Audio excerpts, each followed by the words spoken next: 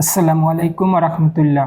আশা করি ভালো আছেন। আজকে ইংলিশ ফুল কোর্সের সেকেন্ড ক্লাস। আজকের ক্লাসে আলোচনা করব পার্টস অফ স্পিচের প্রোনাউন সম্পর্কিত। প্রোনাউন সর্বমোট ৮ প্রকার: personal pronoun, interrogative, distributive, demonstrative, relative, reciprocal, reflexive, indefinite pronoun.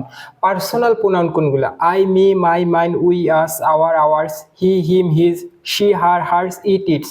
এখানে দেখলে লক্ষ্য করা যায় পার্সোনাল প্রোনাউন মনে রাখার একটা সহজ ট্রিক্স আছে, সেটা হচ্ছে পসেসিভ। পসেসিভ ওয়ার্ড মানেই সেটা পার্সোনাল প্রোনাউন, যেমন my, mine, we, us, our, ours, his, her, hers, এগুলো কিন্তু পসেসিভ। তার মানে পসেসিভ মানেই পার্সোনাল প্রোনাউন। তার মানে পার্সোনাল প্রোনাউনগুলো মনে রাখা যায় পসেসিভ দ্বারা। আর ইন্ট্রোগেটিভ প্রোনাউন, ইন্ট্রোগেটিভ প্রোনাউন হচ্ছে ডাব্লিউএইচ ওয়ার্ড। ডাব্লিউএইচ ওয়ার্ড আমরা দেখতে পাই যে what, which, who, whom, whose, এগুলো হচ্ছে ডাব্লিউএইচ ওয়ার্ড। ডাব্লিউএইচ ওয়ার্ড মানেই ইন্ট্রোগেটিভ প্রোনাউন। এরপরে যায় distributive pronoun. Distributive pronoun each, either, neither.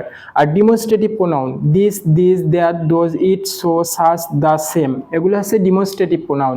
Demonstrative pronoun ও ডিস্ট্রিবিউটিভ প্রোনাউনটা সবচেয়ে ইম্পর্টেন্ট। এখানে স্টার মার্ক। এখানে কিভাবে প্রশ্ন আসে? প্রোনাউন অধ্যায় থেকে প্রশ্ন আসে, বেশিরভাগ প্রশ্ন আসে যে এইভাবে একটা ওয়ার্ড দিয়ে বলা হয়, এখানে হু কোন প্রোনাউন, এটা হচ্ছে পার্সোনাল, ইন্টারোগেটিভ, ডিস্ট্রিবিউটিভ, ডিমনস্ট্রেটিভ, কোন প্রোনাউন, এইভাবে বলা হয়। এরপরে যদি রিলেটিভ প্রোনাউনে যাই, রিলেটিভ প্রোনাউনে একটা জিনিস লক্ষ্য করা যায়, ডাব্লিউএস ওয়ার্ড। ডাব্লিউএস ওয়ার্ডগুলোকে রিলেটিভ প্রোনাউন বলা হয়েছে। তাহলে আমরা কিভাবে বুঝবো এই ডাব্লিউএস ওয়ার্ড হুটা ইন্ট্রোগেটিভ প্রোনাউন নাকি রিলেটিভ প্রোনাউন? ইন্ট্রোগেটিভ প্রোনাউন হবে তখনই যখন ডাব্লিউএস ওয়ার্ড দ্বারা প্রশ্ন জিজ্ঞাসা করা হবে। যদি বলা হয় what is your name, what is your name, এখানে ডাব্লিউএস ওয়ার্ড দ্বারা কি প্রশ্ন জিজ্ঞাসা করা হয়েছে, তার মানে নিঃসন্দেহে এই ডাব্লিউএস ওয়ার্ডটা ইন্ট্রোগেটিভ প্রোনাউন। এখন যদি বলা হয় he is Shanto, who is a cricketer, who is a cricketer, এইখানে ডাব্লিউএস ওয়ার্ডটা কি? এইখানে ডাব্লিউএস ওয়ার্ড দ্বারা কি প্রশ্ন জিজ্ঞাসা করা হয়েছে? না, প্রশ্ন জিজ্ঞাসা করা হয়নি। এখানে ডাব্লিউএস ওয়ার্ড দ্বারা দুইটা ক্লোজকে সংযোগ সাধন করা হয়েছে। তার মানে দুইটা ক্লোজের সংযোগকারী রূপে যখন ডাব্লিউএস ওয়ার্ডগুলো বসবে তখন তারা রিলেটিভ প্রোনাউন। তার মানে এখানে ডাব্লিউএস ওয়ার্ডটা হচ্ছে রিলেটিভ প্রোনাউন। এখানে ডাব্লিউএস ওয়ার্ড ইন্টারোগেটিভ প্রোনাউন নয়। ডাব্লিউএস ওয়ার্ড ছাড়াও আরো কিছু রিলেটিভ প্রোনাউন আছে, দ্যাট, অ্যাজ, বাট। এখানে মনে রাখা দরকার যে বাটটা নেগেটিভ অর্থ দেয়, এই রকম বাক্যে বাট হচ্ছে রিলেটিভ প্রোনাউন হিসেবে ব্যবহৃত হয়। এরপর যায় reciprocal pronoun. Reciprocal pronoun each other, one another, মনে রাখা সহজ, each other, one another, reciprocal pronoun. এরপরে যায় reflexive pronoun. Reflexive pronoun self যুক্ত, যেমন যদি বলি myself, yourself, himself, herself, themselves, এগুলো হচ্ছে কি? এগুলো রিফ্লেক্সিভ প্রোনাউন। এখন আসি ইমফেটিক প্রোনাউন। ইমফেটিক প্রোনাউনও সেলফযুক্ত ওয়ার্ডগুলোই ইমফেটিক প্রোনাউন। বাট এই myself, yourself, himself যাই থাকুক না কেন, এই সেলফযুক্ত ওয়ার্ডের আগে একটা নাউন বা প্রোনাউন বসবে। তাহলে সেলফযুক্ত ওয়ার্ডগুলো রিফ্লেক্সিভ প্রোনাউন, বাট সেলফযুক্ত ওয়ার্ডগুলোর আগে যদি একটা নাউন বা প্রোনাউন বসে তাহলে সেটা ইমফেটিক প্রোনাউন। এরপরে যে ইনডিফিনিট প্রোনাউন। ইনডিফিনিট মানে কি? ইনডিফিনিট মানে হচ্ছে অনির্দিষ্ট কোনো কিছু।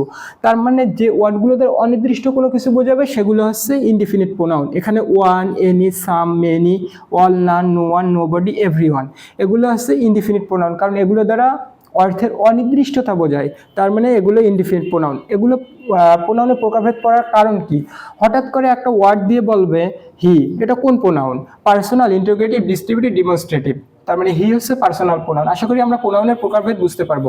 এরপর আমরা যদি দেখি প্রোনাউনের ক্ষেত্রে, সেটা হচ্ছে subjective form, objective form. Subject, I এর objective form me, we, us, you, it, he, him, she, her, they, them, one, one, who, whom. এর মধ্যে আই ও ইউটা হচ্ছে ফার্স্ট পারসন, ইউ আর ইটটা হচ্ছে সেকেন্ড পারসন, আর হচ্ছে he, she, them, one, who, এগুলো হচ্ছে থার্ড পারসন। তার মানে I, we first person, you, it second person, আর he, she, they, one, who হচ্ছে থার্ড পারসন। এগুলো কাজে লাগবে। এখন আমরা এগুলো পড়ার কারণ কি? এগুলো পড়ার কারণ হচ্ছে আমাদের ব্ল্যাঙ্ক দিয়ে বলা হয় নিম্নের ব্ল্যাঙ্কে সাবজেক্টিভ ফর্ম বসবে প্রোনাউনের নাকি অবজেক্টিভ ফর্ম বসবে।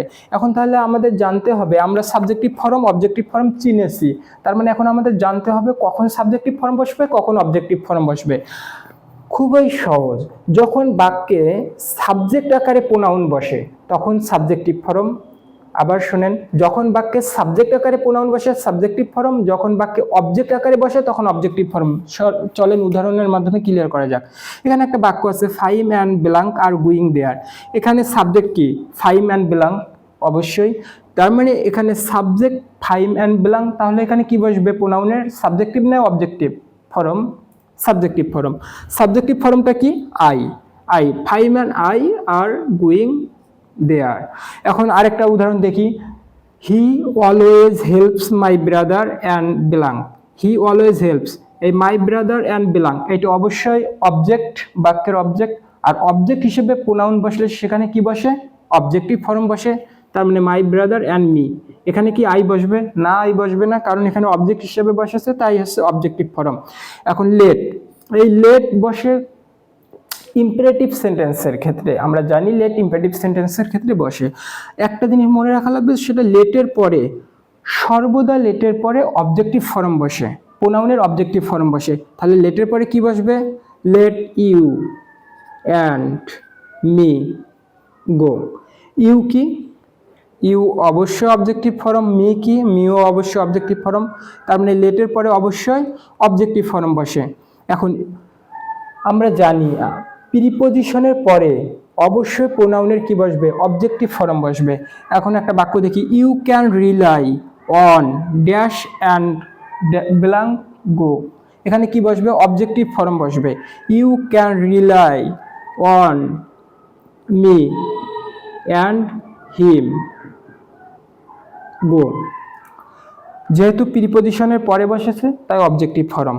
One should do blank duty.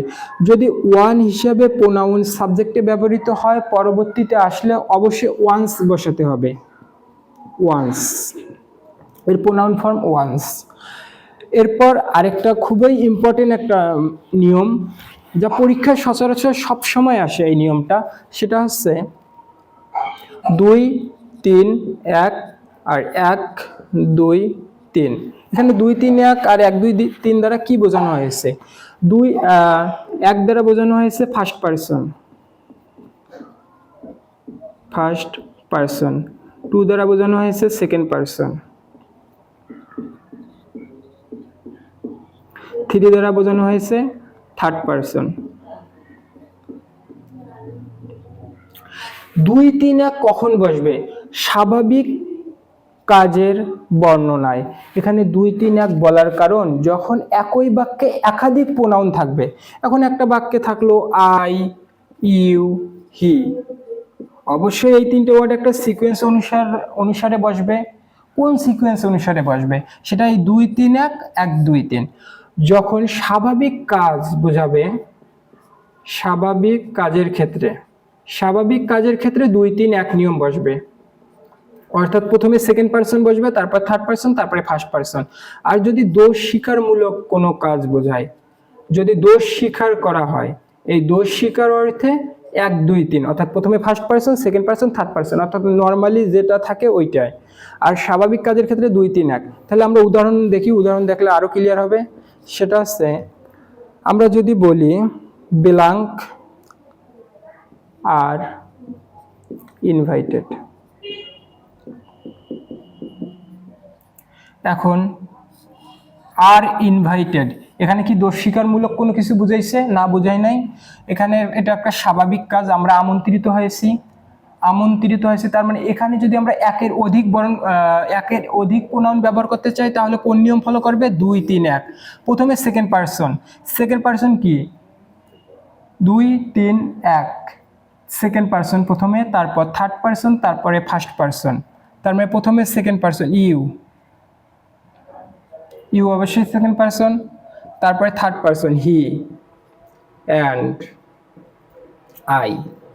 I কি ফার্স্ট পারসন সবার শেষে, তারপর আগে সেকেন্ড থার্ড পারসন, তার আগে সেকেন্ড পারসন, মানে সেকেন্ড থার্ড ফার্স্ট, এই অর্ডার অনুসারে। এখন যদি দোষ স্বীকারমূলক অর্থে কোনো কিছু দেওয়া থাকে এবং তার আগে ব্ল্যাঙ্ক থাকে, যেমন আর গিলটি। গিলটি মানে কি? দোষ স্বীকার করা। গিলটি মানে অবশ্যই দোষ স্বীকার করা। তাহলে দোষ স্বীকার করার অর্থে কি ব্যবহৃত হবে? 1 2 3, 1 2 3, 1 2 3, তার মানে প্রথমে ফার্স্ট পারসন, তার মানে আই, পরে সেকেন্ড পারসন ইউ, তারপরে third person I you and he. I you and he are guilty. তার মানে আমরা এটা বুঝতে পারছি, স্বাভাবিক কাজের ক্ষেত্রে প্রথমে সেকেন্ড পারসন, তারপর থার্ড পারসন, তারপরে ফার্স্ট পারসন, মানে 2 3 1, 231 দ্বারা মনে রাখবো। আর দোষ স্বীকারের ক্ষেত্রে 1 2 3, 1 2 3, মানে প্রথমে ফার্স্ট পারসন, তারপরে সেকেন্ড পারসন, তারপরে third person I you and he are guilty. আশা করি প্রোনাউন যতটা সহজ করে পড়ানো যায় সেটাই চেষ্টা করেছি। আর প্রোনাউনের যে এমসিকিউগুলো আছে তোমরা এখনই সলভ করতে পারো, বের করে দেখবে অনেক সহজ লাগবে। আশা করি ক্লাসটা অবশ্যই এনজয় করেছো। পরবর্তী ক্লাসের আমন্ত্রণ জানিয়ে আজকের মতো এখানেই শেষ করছি। আসসালামু আলাইকুম ওয়া রাহমাতুল্লাহ।